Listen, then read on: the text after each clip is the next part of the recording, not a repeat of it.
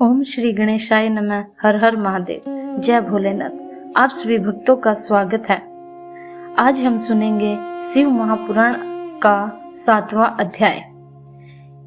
आज हम शिव महापुराण की अत्यंत प्रेरणादायक कथा सुनेंगे, जिसमें देव ऋषि नारद के अहंकार का अंत होता है और भगवान विष्णु उन्हें वानर का मुख देकर जीवन का महान सत्य समझाते हैं। यदि आप भगवान शिव और भगवान विष्णु की ऐसी दिव्य कथाएं सुनना पसंद करते हो तो वीडियो को लाइक करें, चैनल को सब्सक्राइब करें और अंत तक अवश्य जुड़े रहें। एक समय देव ऋषि नारद जी हिमालय के एक पवित्र स्थान पर पहुंचे। वह स्थान अत्यंत शांत और भगवान शिव की कृपा से पावन था। वहीं बैठकर नारद जी ने कठोर तपस्या आरंभ कर दी।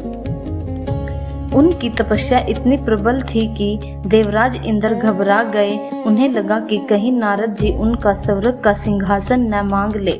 इसलिए उन्होंने कामदेव को भेजा कि वह नारद जी की तपस्या भंग करे।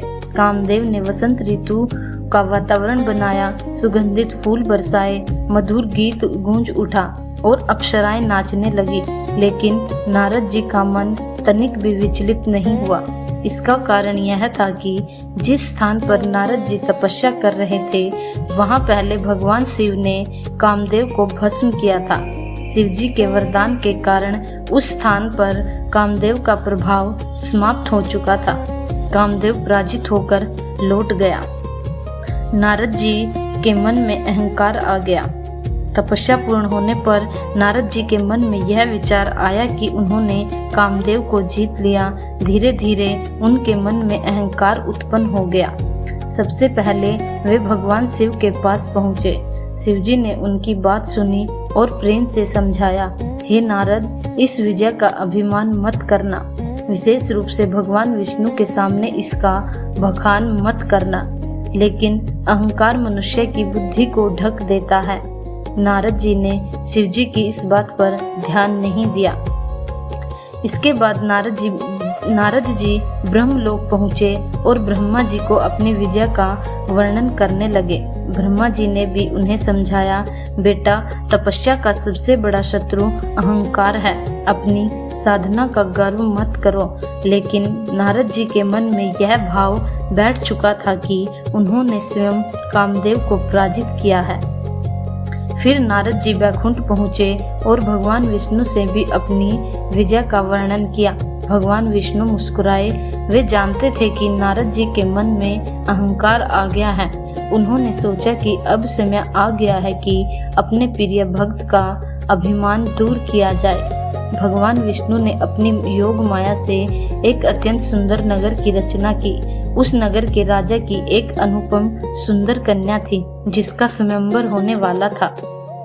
राजकुमारी को देखकर नारद जी के मन में विवाह की इच्छा जाग उठी।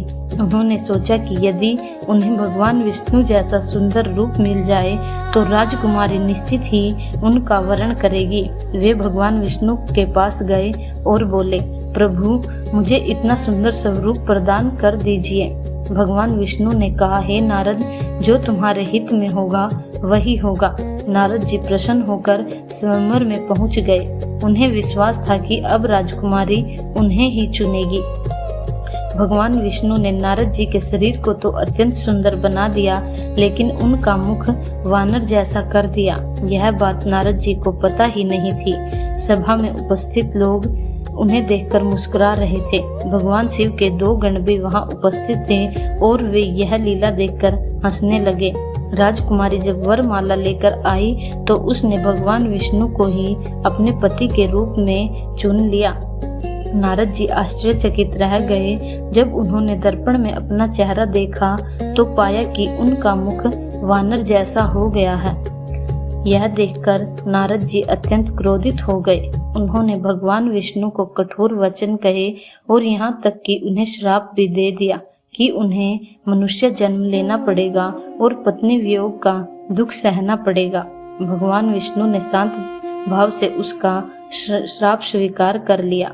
आगे चलकर यही श्राप भगवान श्री राम के रूप में अवतरित सत्य हुआ, जब उन्हें माता सीता के वियोग के दुख का कारण सहना पड़ा और वानर सेना की सहायता से रावण का वध किया। कुछ समय बाद भगवान विष्णु ने अपनी माया हटा ली। तब नारद जी को समझ आया कि यह सब उनके कल्याण के लिए था। उन्हें अपनी भूल का गहरा पश्चाताप हुआ। वे भगवान विष्णु को चरणों में गिर पड़े और क्षमा मांगी। भगवान विष्णु ने कहा, हे नारद, अहंकार सबसे बड़ा शत्रु है। साधना तभी सफल होती है जब उसमें विनम्रता हो।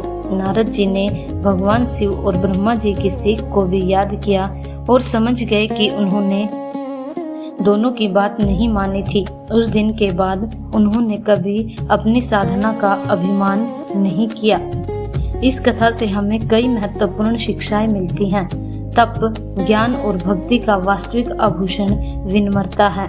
अहंकार आने पर सबसे बड़ा ज्ञानी भी भ्रमित हो सकता है। भगवान अपने भक्त का कभी अहित नहीं करते। कभी कभी कठिन प्रतीत होने वाली घटनाएं भी हमारे कल्याण के लिए होती हैं। भगवान शिव और विष्णु तीनों की शिक्षाएं हमें नम्रता, भक्ति और विवेक का मार्ग दिखाती हैं। भगवान विष्णु की माया समाप्त होते ही नारद जी की आंखों से अहंकार का पर्दा हट गया। उन्हें अपनी भूल का गहरा एहसास हुआ। वे सोचने लगे, मैंने अपने आराध्य प्रभु को ही कठोर वचन कह दिए। यह मुझसे बहुत बड़ा अपराध हो गया। नारद जी की आंखों से आंसू बहने लगे।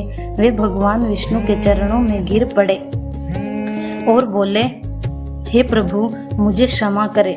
मैं अहंकार के कारण सत्य को पहचान नहीं सका।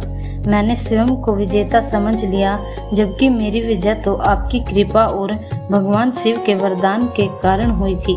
भगवान विष्णु का उपदेश।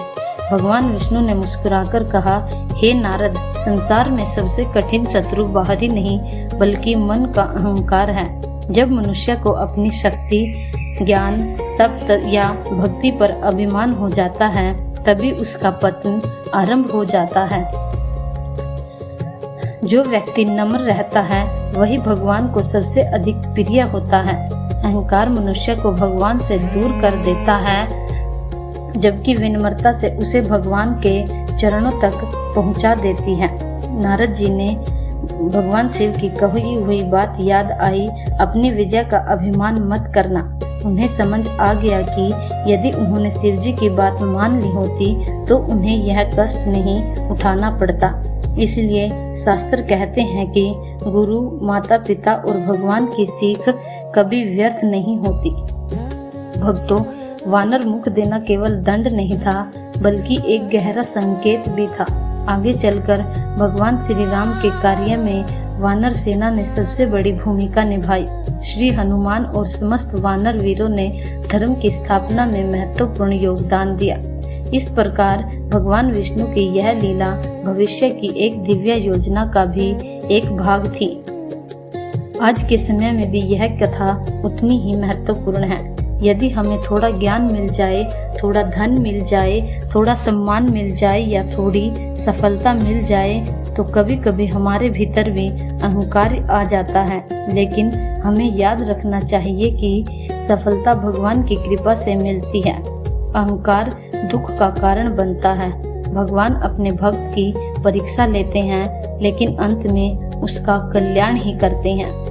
भक्तों, आइए हम भगवान शिव और भगवान विष्णु से यही प्रार्थना करें कि वे हमारे जीवन से अहंकार को दूर करें, हमें सदैव भक्ति में और धर्म के मार्ग पर चलने की शक्ति दे। यदि आपको यह दिव्य कथा पसंद आई हो तो वीडियो को लाइक करें, चैनल को सब्सक्राइब करें और वीडियो को ज़्यादा से ज़्यादा शेयर करें।